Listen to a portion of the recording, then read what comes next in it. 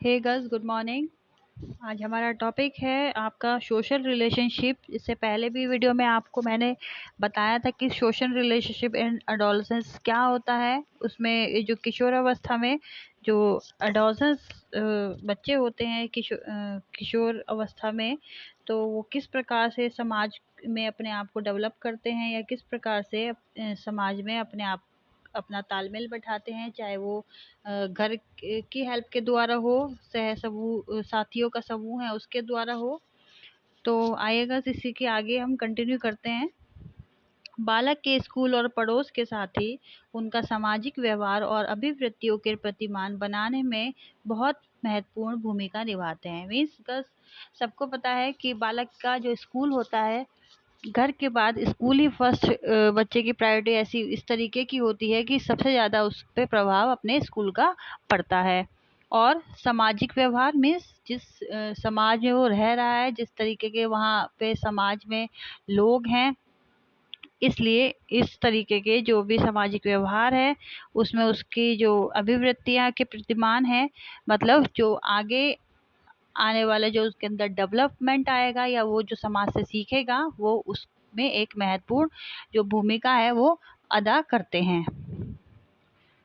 समूह उनके साथ व्यवहार करता और बालक से जो अपेक्षा रखते हैं। समूह क्या है, उनके साथ जो भी व्यवहार करता है और जो वे बालक से अपेक्षा रखते हैं जिससे वह स्वीकार जा सके, ऐसे तत्व हैं जो उसके सामाजिक व्यवहार के प्रतिमान निर्धारित करने में बहुत भाई महत्वपूर्ण भूमिका निभाते हैं। देखिएगा यहाँ पे ये बात कह रहा है कि जब बच्चा समाज में से सामाजिक व्यवहार सीखता है तो उसके जो व्यवहार हैं उस तरीके की उसमें अपेक्षा रखता है समाज उससे कि जो आगे चल के बालक अपना तालमेल समाज के साथ बैठा सके या फिर जो प्रतिमान निर्धारित कर रहा है वो बहुत ही महत्वपूर्ण होते हैं, जिससे कि वो समाज में उठ बैठने के लिए स्वीकारे जा सके। समाज के अनुसार ही बच्चे को अपना प्रतिमान स्थापित करना पड़ता है। किशोरावस्था बाल्यावस्था की अपेक्षा हम अपने उम्र साथियों के साथ संबंधों पर अधिक निर्भर करते हैं। जो किशोरावस्था होती है, एडोलसेंस स्टेज होती है, जो छोटे बच्चे होते हैं उस दौरान और किशोरावस्था के दौरान जो भी उनका साथी समूह है, जो उनके फ्रेंड्स हैं, उसमें बहुत डिफरेंस हो जाता है। जब बच्चे बड़े हो जाते हैं तो अपने साथी समूह के साथ जो है टाइम स्पेंड करना ज़्यादा पसंद करते हैं और उन पे ही पूर्णतः डिपेंड रहते हैं। इस कारण किशोरों पर परिवार के अतिरिक्त सर्वाधिक महत्वपूर्ण प्रभाव जो है उनके समायु यानी उनके फ्रेंड सर्किल का ही पड़ता है। इसके साथ साथ किशोर के पारिवारिक संबंध में तनावयुक्त संवेगों की अधिकता हो जाती है। जब बच्चा अपने फ्रेंड सर्किल के साथ ज़्यादा मेल भाव रखता है, क्योंकि कभी कभी ऐसा होता है गर्ल्स कि जरूरी नहीं है बच्चों जो किशोर अवस्था में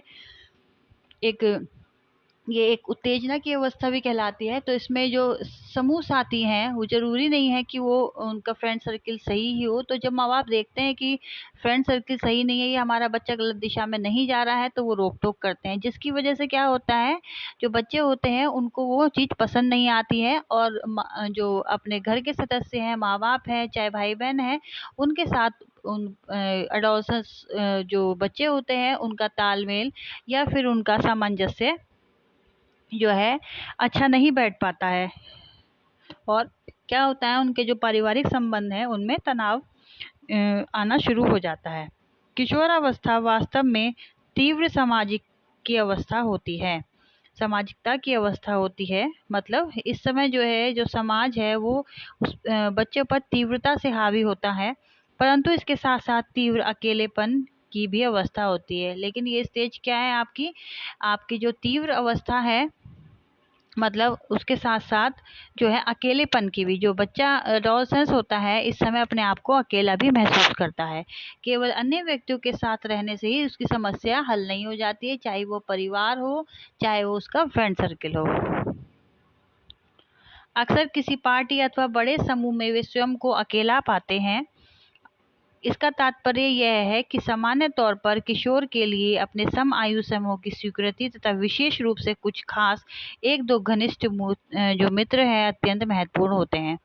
देखिएगा, जब बच्चा थोड़ा सा बड़ा हो जाता है तो उसका अपना एक ग्रुप बन जाता है। उस ग्रुप में भी एक दो लोग ऐसे होते हैं जो उस बच्चे से ज़्यादा क्लोज होते हैं, वो अपनी बात सारी शेयर करता है। लेकिन क्या होता है, कभी कभी जब हम किसी पार्टी में जाते हैं या कहीं पे, जब वहाँ पे बच्चा अपने आप को अकेला महसूस अनुभव करता है, क्योंकि सामान्य तौर पर जो किशोर हैं अपने सम आयु समय समूह की जो स्वीकृति है या फिर जो उनके साथ तालमेल बैठता है, वो हर जगह पे नहीं बैठा पाते हैं। हो सकता है जब हम कहीं और जा रहे हो तो वहाँ का जो माहौल है वो दूसरे तरीके का हो, वहाँ पे जो दोस्त हैं मिले वो दूसरे तरीके के हो। फॉर एग्जाम्पल, अगर बच्चा 12th की पढ़ाई करने के बाद घर से बाहर निकलता है, हॉस्टल में जाके रहता है, तो जो उसके 12th तक के फ्रेंड हैं वो उन्हें मिस करेगा, क्योंकि एकदम से जाके अब वहाँ का जो कल्चर है वो डिफरेंट होगा। जहाँ भी बच्चा पढ़ने जा रहा है, हॉस्टल लाइफ में है या कॉलेज लाइफ में है, क्योंकि उसके जो बच्चे हैं उसके साथ बचपन से रहे हैं, उनका समूह उससे छूट जाता है, तो वहाँ का नेचर डिफरेंट होता है और हॉस्टल लाइफ का और अलग कॉलेज का नेचर जो है वहाँ का लोगों का वो डिफरेंट होगा।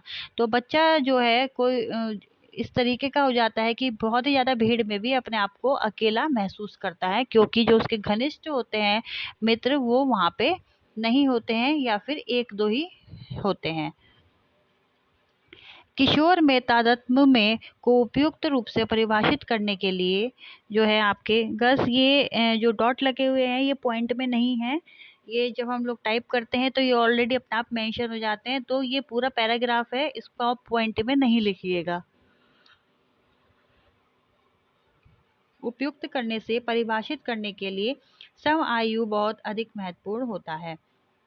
मतलब अगर हम किशोरावस्था की जो व्याख्या करें या फिर उसके जीवन को देखें, तो जो उसके जो सम आयु के हैं, इस फ्रेंड सर्किल है, उस उनका हाथ एक एडोलसेंस के बड़ा होने में या फिर बच्चा किस दिशा में जा रहा है, किस तरीके के माहौल में वो बड़ा हो रहा है, ये उसके सम आयु पे डिपेंड पूर्णतः रहता है। साथियों में समूह की सदस्यता किशोर के व्यक्तित्व विकास को बहुत अधिक प्रभावित है तथा आवश्यक कौशल सीखने में किशोर को बहुत अधिक सहायता करती है।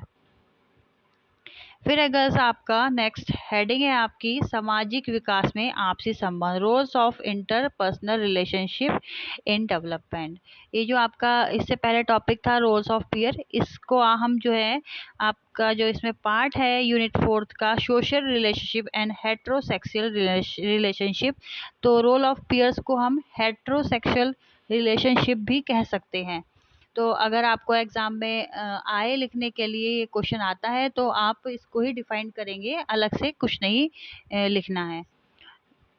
फिर नेक्स्ट हेडिंग है आपकी सामाजिक विकास में आपसी संबंध की भूमिका, role of interpersonal relationship in social development.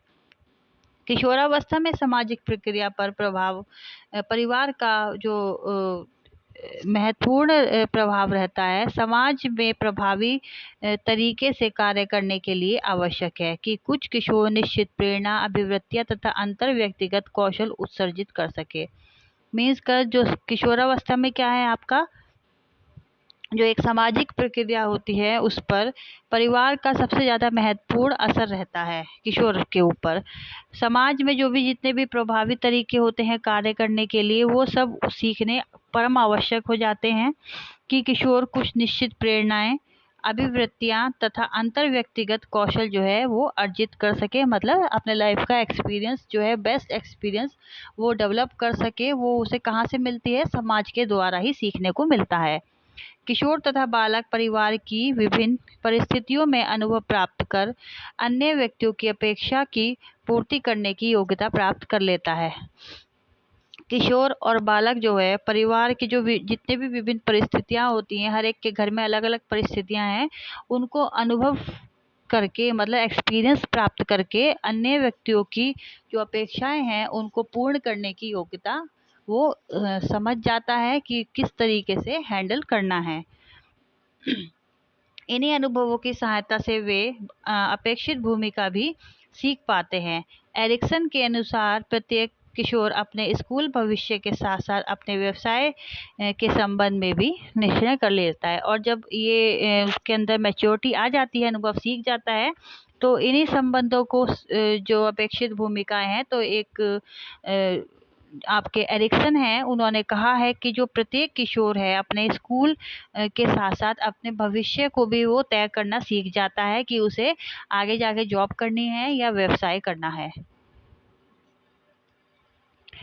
फिर है आपका इसमें गर्ल्स, किशोर का प्रत्येक निश्चित उसके जीवन का महत्वपूर्ण मोड़ प्रदर्शित करता है तथा उसके फलस्वरूप किशोर को स्वयं के बारे में समझने का महत्वपूर्ण अवसर प्राप्त होता है। किशोर की वास्तविक उत्तरदायित्व ग्रहण करने के लिए पहले अपने अनुभवों के साथ प्रयोग कर उनके परिणाम जानने का प्रयत्न करता है, अपनी विशिष्ट जीवन शैली निर्माण करता है, अपने लक्ष्य निर्धारित करता है, अपने यौन संबंधी संघर्षों को हल करता है, अधिकार के लिए प्रतिक्रियाएं स्थापित करता है तथा इन सब के आधार पर अंत में अपना आधारभूत जीवन दर्शन, विचारधारा अथवा धर्म निर्धारित करता है। गर्ल्स, जो किशोर है, आपको समझ में भी आ गया होगा पढ़ने से ही, जो किशोर है प्रत्येक निश्चय जो उसके लाइफ का जितने भी जैसे जैसे बड़ा होता जाएगा तो उसके जीवन में महत्वपूर्ण मोड़ आते जाएंगे, जिसमें कि उसे अपने स्वयं को समझने के लिए और अपने स्वयं के बारे में उसे डिसीजन लेना होगा। किशोर अवस्था जो है वास्तविक उत्तरदायित्व ग्रहण करने के साथ साथ अनुभवों का कर उनके परिणाम जानने का भी प्रयत्न करता है।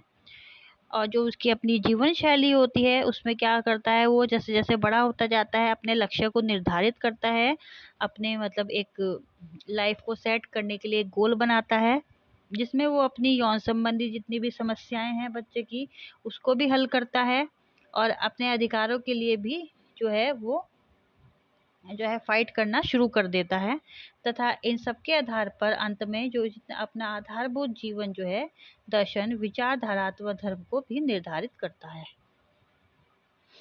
तो गर्ल्स, ये थी आज की आपकी वीडियो। अगर कुछ नहीं समझ में आया है तो जूम मीटिंग में डिस्कस कर सकते हैं। So girls, take care, bye bye.